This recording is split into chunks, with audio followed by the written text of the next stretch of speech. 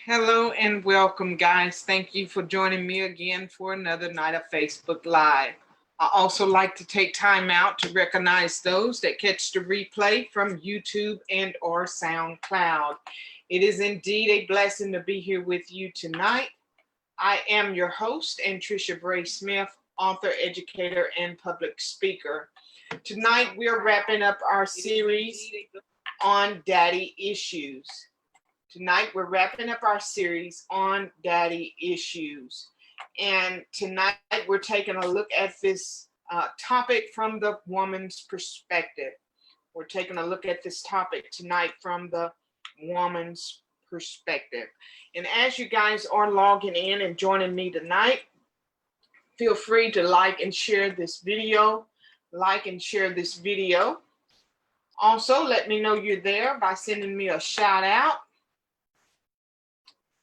Saying hello, just letting me know that you are with me tonight as I'll do the best that I can. Hey, Keisha, how are you? Diane, I see you coming on. I appreciate you guys being so faithful and supportive of this platform. I really appreciate that. I could use all the help I can get tonight as I'm going to try to wrap up the Daddy Issues series. I hope that you guys have enjoyed this series. We do know that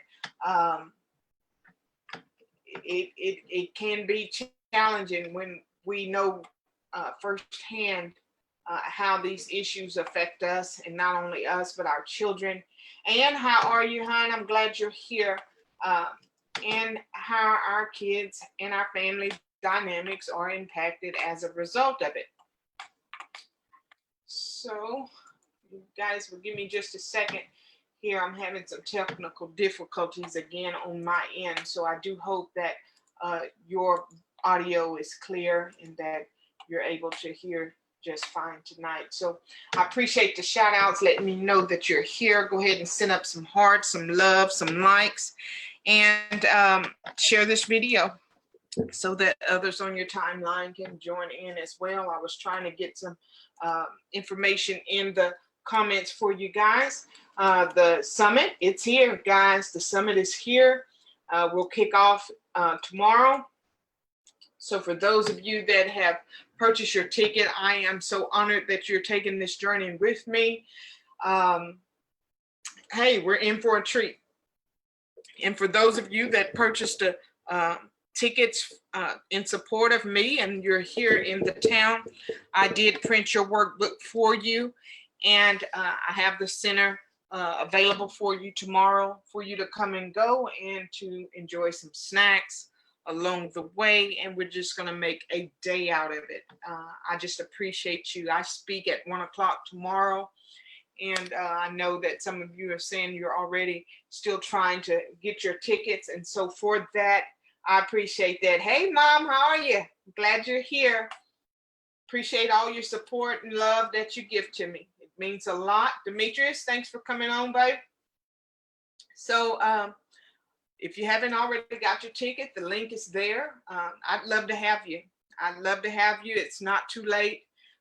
There's a lot of dynamic speakers on that platform. And guys, I gave it all I had. I gave it all I had so that we can go through this journey together. So it means a lot to me for your support. And so for that, you know, I have the Learning Center open and it's available for you to come and sit with me and enjoy the day. Also, for those of you who are not always able to be here with me at night, the link to our YouTube channel is there.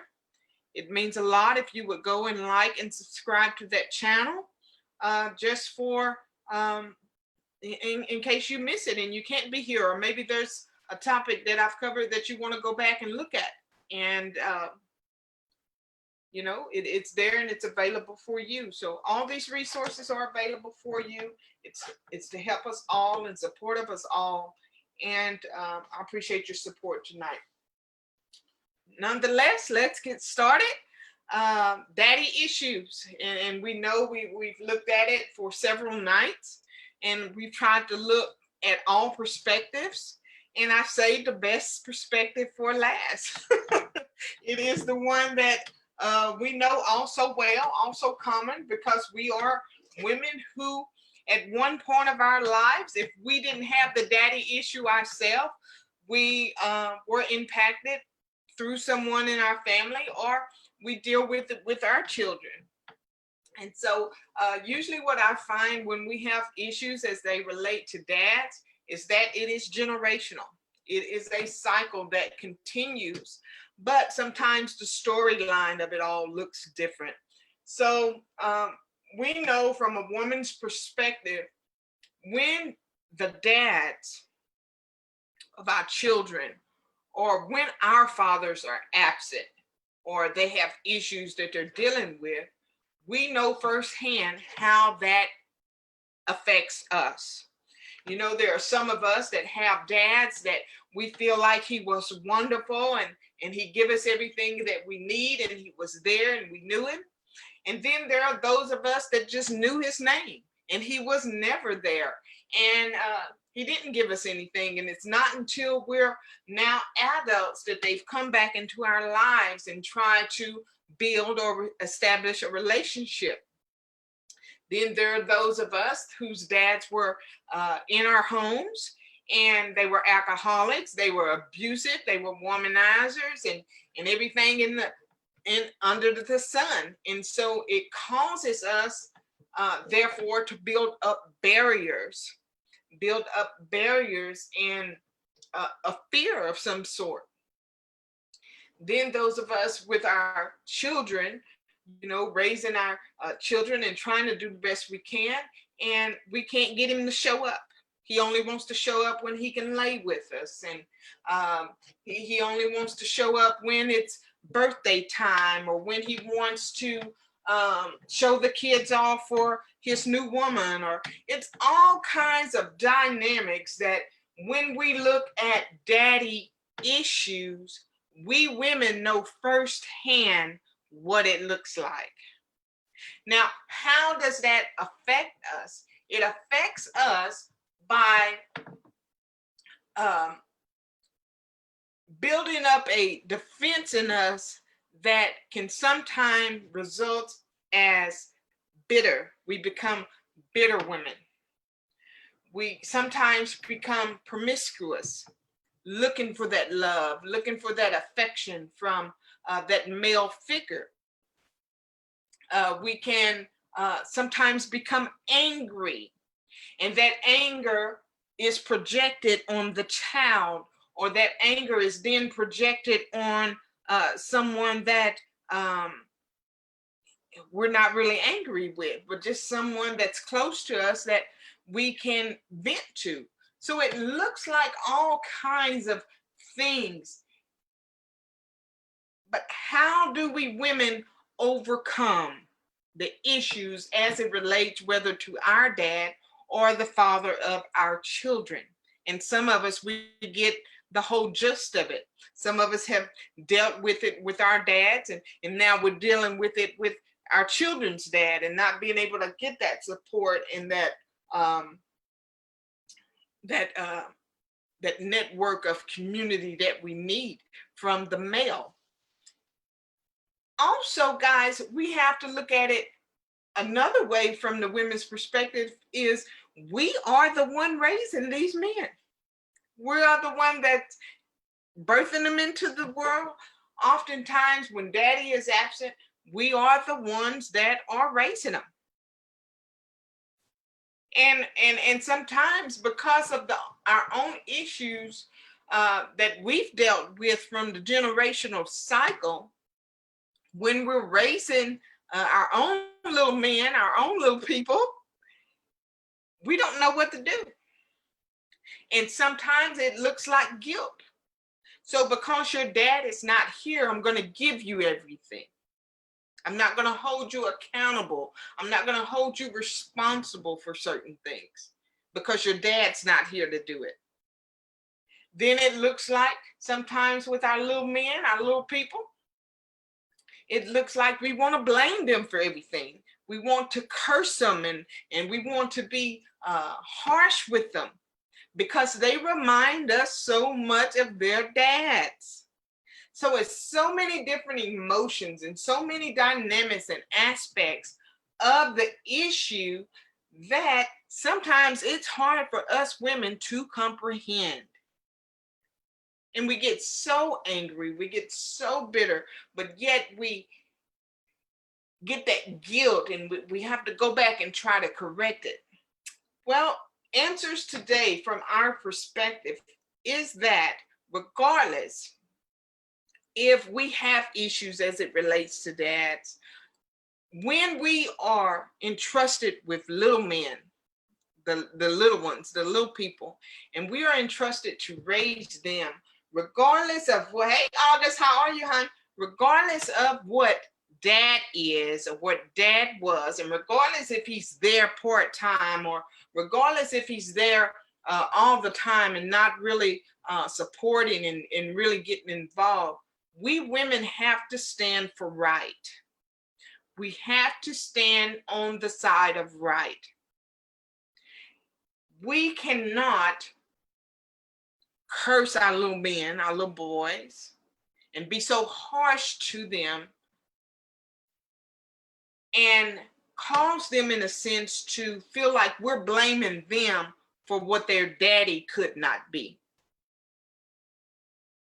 And I know that this is generational, these behaviors. We do this and we think it's normal, but they are not their dads. They are not. They're not their dads. And I know, as hard as that is to look at the little man, and look at the little boy, and he looks so much like his dad and has some of his dad's demeanors and things like that. And we're so bitter and frustrated in how it didn't work out for us, or how it's not working out for us, or how he keeps toying with our heart and our emotions and things like that and stringing us along. We cannot impose that frustration upon the child. We can't break the cycle like that. All that's going to do for that child who's looking to be loved unconditionally and who is looking for that support and that nurture, who is already hurting because dad is not there, or because dad has his own set of issues that he's dealing with, all that does is create something biologically or environmentally that the cycle repeats. And so he goes and get a woman that's just like mama, who's harsh and bitter, and they fuss and fight and they try to figure it out together, and they're both broken, and they come together and create another broken cycle in the family dynamics. So women, we have to stop. We have to literally stop this cycle. We can control what we do. We can control what we say. We have to take time to reflect what is really going on. And when we really take the time to look at it, it's all of those emotions and frustrations and those bitter roots that we have not dealt with that is surfacing. And we're imposing that upon the male child. And so the daddy issues that we had or that we're having with the child's father, you know, we can't break the cycle if we're going to continue to manipulate the situation.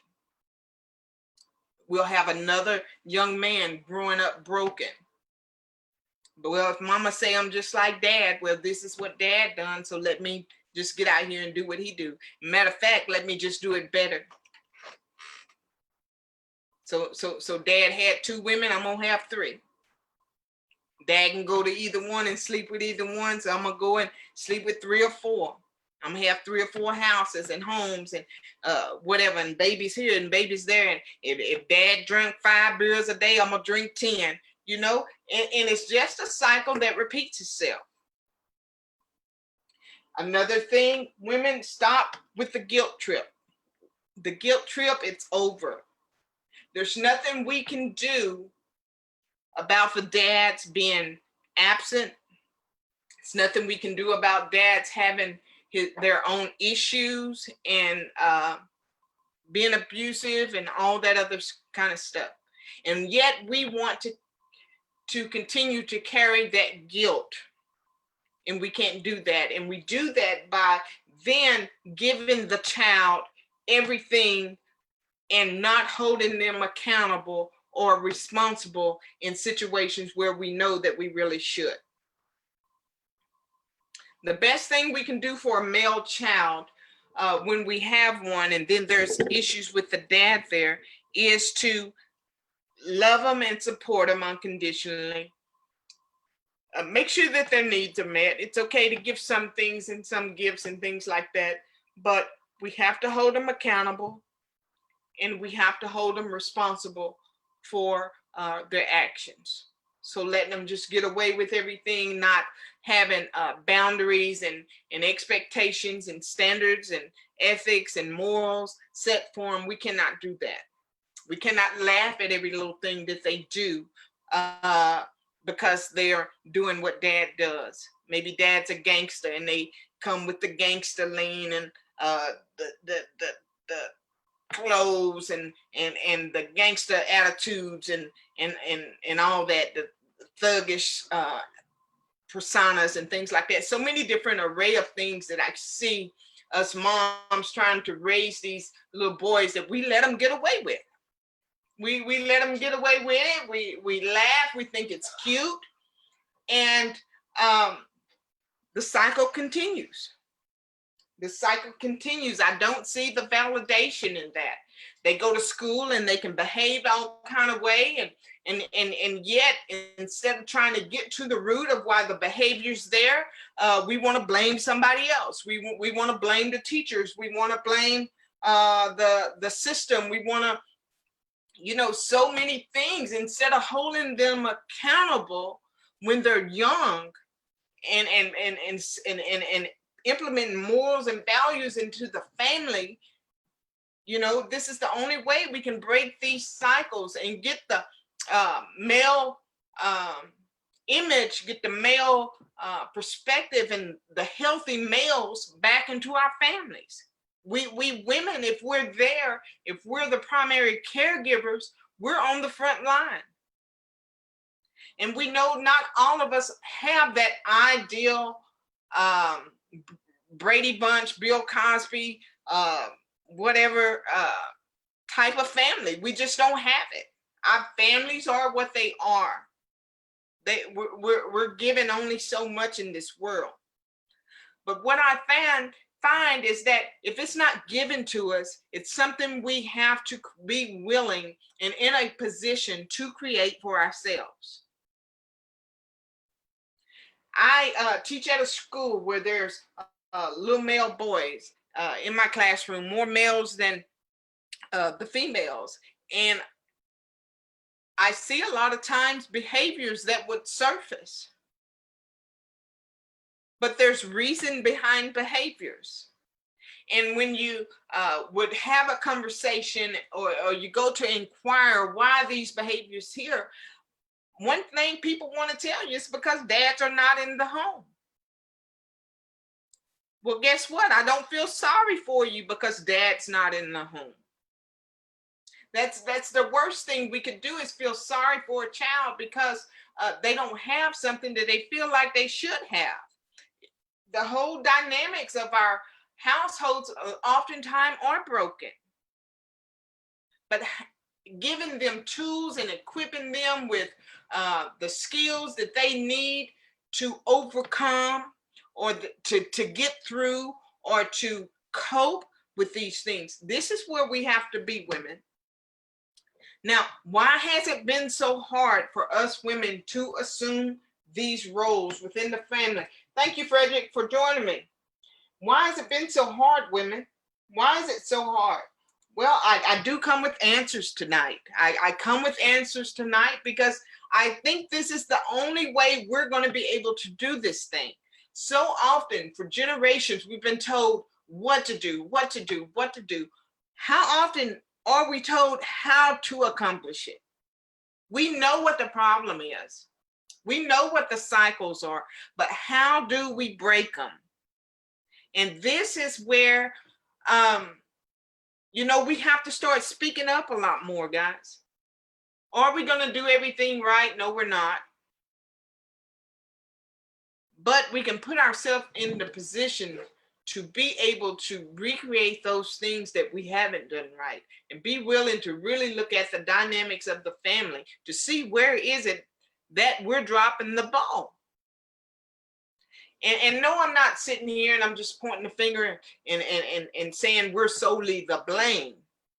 But I'm saying, women, tonight, just simply because I'm talking from the woman's perspective, is that we are oftentimes the primary caregivers. And there's a lot that we deal with as it relates to the family and the family line and the dynamics of the males in the family.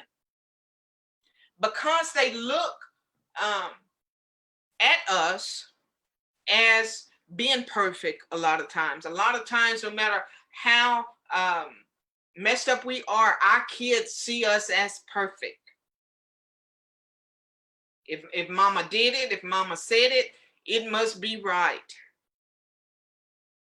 And regardless of the different emotions and expressions of behaviors that they target us for, they're watching us. They're listening to us. They see us.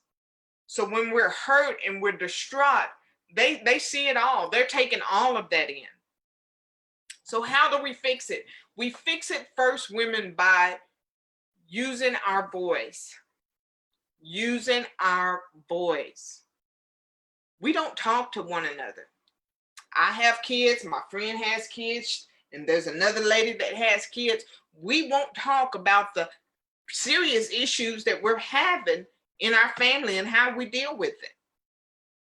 Now, there's one thing I found raising my kids, that I found comfort sometime in watching other women interact with their young ones or with their teens and getting advice on situations that I was dealing with, that I knew they had already raised one and had been through that, and how did they deal with that? Not everybody is out to get us. Not everybody is out to judge us or criticize us when we're going through something with our families. So we have to find that someone that we can talk to, like a support group or support network. One of the things that we do, we look to the church.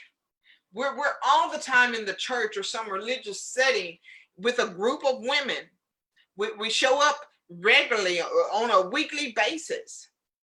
Why have we not established these support groups right there in the church where we're having these issues?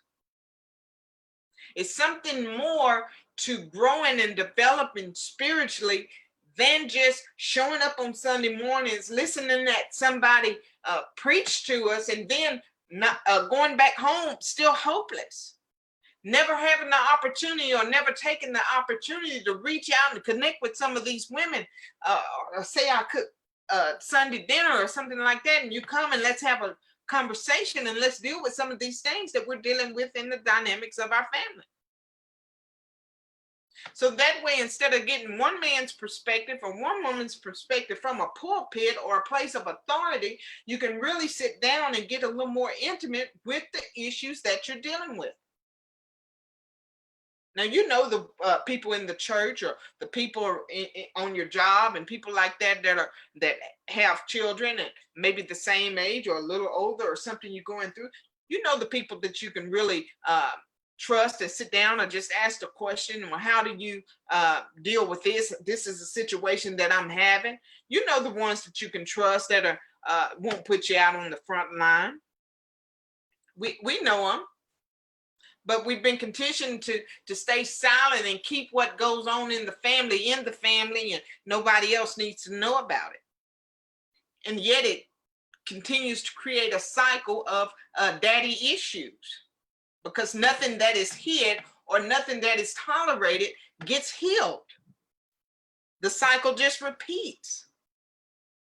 Another thing that we can do, ladies, is put ourselves in a situation to where we can heal ourselves. Because anytime we link up with somebody else who is hurting, and dealing with their own set of unresolved issues, and we're hurting and we have unresolved issues, this is what we create. You got two seeds done got together and created and conceived, and the cycle continues. Because nothing that is hurting, nothing that is unresolved is going to produce what we're trying to get to. And that's our healing and our resolutions within the family as it relates to our male species. So when we can get to the point to where we're healed, or where we're on our road to healing, and where we can really think and process what has really going on, or why we involved in situations that go on, then and only then are we going to be able to change the dynamics of the family as it relates to the male lineage. You know, when we cuss our kids and we're harsh with them and we feel guilty, and then we give them everything and sending out the wrong signals, and you're just like your daddy and you're no good and you're going to be just like your dad. You know why we do that? We do that because we are hurting. No one in their right mind is going to say the things that we say and do the things that we do to these young species of ours, to these young males, to those little men. None of us are going to do that if we are healed. We're not going to do that. And then on the flip side of that, we don't have to feel guilty and give them and give them and give them everything and never hold them accountable and never hold them responsible. So you know why a little man grows up into a man of his own, and then looks for that woman that's just like his mama, that was going to give him everything and not hold him accountable and not hold him responsible? We taught him that. It's what we teach them. They leave our homes going to look for us and their mate. So if mom is healed, they're going to look for another mate that's healed. If mom is hurting and she's full of confusion and drama and negativity, they're going to look for just that. And guess what? She's going to be somewhere waiting on them because she was raised in the same type of environment. So the cycle never stops. And I know that this series it's all about daddy issues. We're just looking at the dads, but moms, we're not off the hook. You know, I got a daughter right now that's just waiting for me to get on the series about the mom issues. She's just waiting on it. She said, "Ooh, I can't wait." Now she wouldn't get on here to hurt her daddy's feelings, but she said she just can't wait to tell it. So it is what it is. We have to break the cycle. Moms, we're not off the hook. We are women who's trying to raise little men, little people, and they're growing up. And we really have to take a look at what it is that we do. And it's not in being guilty and not holding them accountable. It's about healing ourselves so that we're in a better position to produce better fruit as it relates to our children. Okay? So what if we're in a situation right now and maybe we've been on the wrong track? Is it too late to change? No, it's not. You have an opportunity right now to start your healing as it relates to your issues that you're imposing upon your little male children. You can make the choice right now to say, I will no longer impose what your daddy do or don't do upon you. You have an opportunity right now, if it's your dad and your issues are with your dad, you have an opportunity right now to put yourself in a position to where you can really mirror what has gone on with you and your dad's relationship and begin to change the dynamics of that. It may never be like the storybook relationship between a father and a child, but it can be whatever it is that you desire for it to be. It can be better. You guys can talk to one another and be cordial. Another way we can do this, guys, women, we can stop looking for affirmation from the male. I'm telling you right now, tonight, you don't need anyone else to affirm you.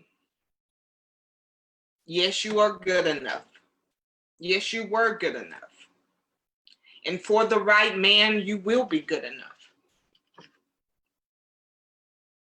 You won't have to lower your standards. You won't have to continue to give in and let him string you along. For the right man, you will be good enough. You will have enough.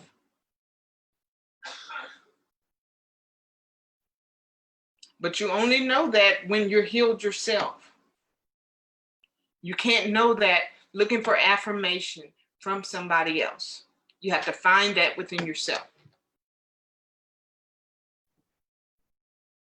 So if you feel like you need validation or affirmation from somebody, let me affirm you and validate you right now tonight while you're watching me. I have just told you that you are enough. So no, you don't have to lay down with him just so he'll come see his son. It's the only way you can get him to see his son. You don't have to do that. You don't have to continue to let him lay up on your couch and eat up your little man's food and all that, and not make him get out and get a job and help support the family if he's there in the house. You don't have to do that. But this is something that you have to know within yourself. You're looking for validation. You're looking to be loved unconditionally. You're looking for an empty spot or a void to be filled that it's not going to be filled if we continue to allow these issues to take place. So I'm telling you, how we do that is to stop looking for validation or affirmation from whoever continues to hurt us over and over again. Because you can't be healed allowing the same blows to come and attack you every time you feel like you get a little strength. It's going to continue to knock you back down or pull you back down. And don't you think your kids see it? They see the cycle. They see that every time you're in the same room, you can't get along, you're arguing and fighting and whatever else. They see all that. They think it's normal. They don't know. They don't know any better. This is what they've been taught. To them, it is their norm. So they learn, like we have, to function in their dysfunction. So women, we got work to do. So from our perspective, there's so many dynamics we can look at. And we'll come back and we'll do a series on mommy issues because we have them. But as it relates to our males, women, we're on the front line. So we have to be in a better place so that we can break the cycles. I do hope that you guys are ready for the summit. The summit kicks off tomorrow. I'll be speaking at 1 o'clock our time here on Central Standard Time. I look forward to seeing you guys at the Learning Center tomorrow for those that will be joining me. Also, if you haven't got your tickets, the tickets are there in the comment section. I love all of you guys. I appreciate you guys being here and being so supportive of what I do here on this platform. I hope this series on daddy issues have been helpful for you and have given you some insight and to allow you to see another perspective. I am your host, Tricia Bray Smith, author, educator, and public speaker. I'll see you right here again tomorrow night, 10 p.m. Good night, everybody.